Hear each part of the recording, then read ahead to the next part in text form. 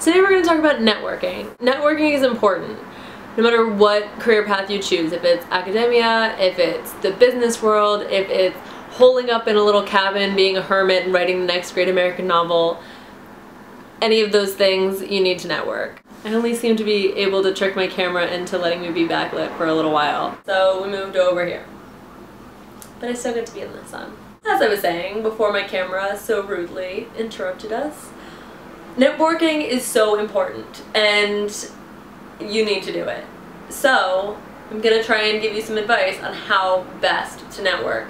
And this advice should work for any level of social awkwardness. Go to networking events or any place that you think that the people who are doing what you want to do are going to be. Go check it out. So if you want to go into publishing, go to book events or go to the Society of Illustrator events. Say you're at some sort of social work event thing, and there are going to be people there who you want to talk to because they're going to have job opportunities that you want, and you need them to think that you're awesome or realize you're awesome because you are. Okay, so if you have trouble with confidence and you get nervous, pretend to be a superhero in disguise or a spy or some other person in which you think they are confident and you can emulate. So, yeah. Example, Bruce Wayne. He always goes to these big fancy parties and, you know, he also can secretly kick everyone's ass. So if he gets in an awkward situation, he can just punch someone in the face and leave. It's like no big deal.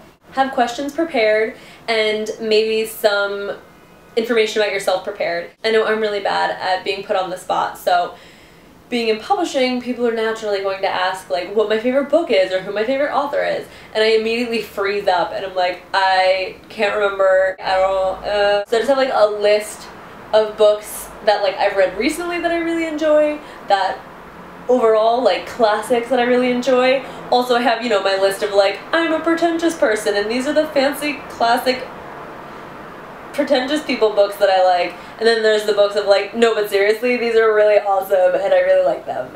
So so you know, have some information about yourself that you are ready to answer if people ask you those questions, so you don't freeze up and sound like you can't think of even one author.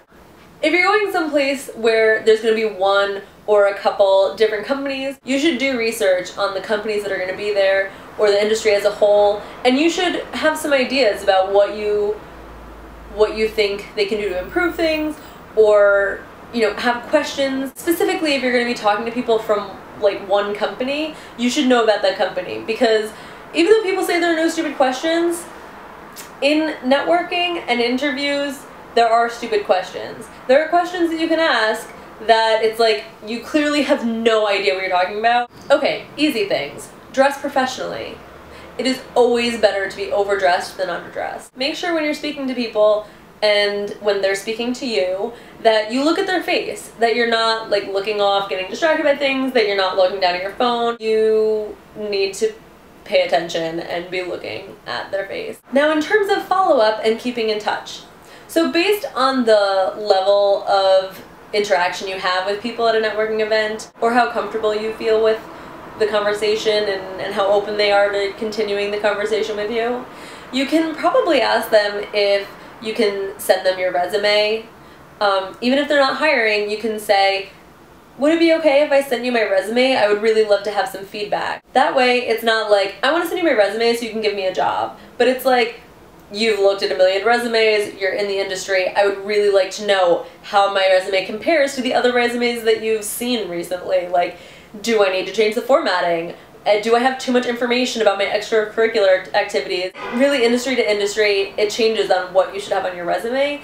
And so it's really helpful to have people's feedback on that sort of thing. Okay, so to review, go to networking events, do whatever you need to do to have confidence, probably pretend to be a superhero, have questions prepared to have a good conversation, do research beforehand, dress professionally, look at people's faces when they speak to you, and ask if you can stay in touch.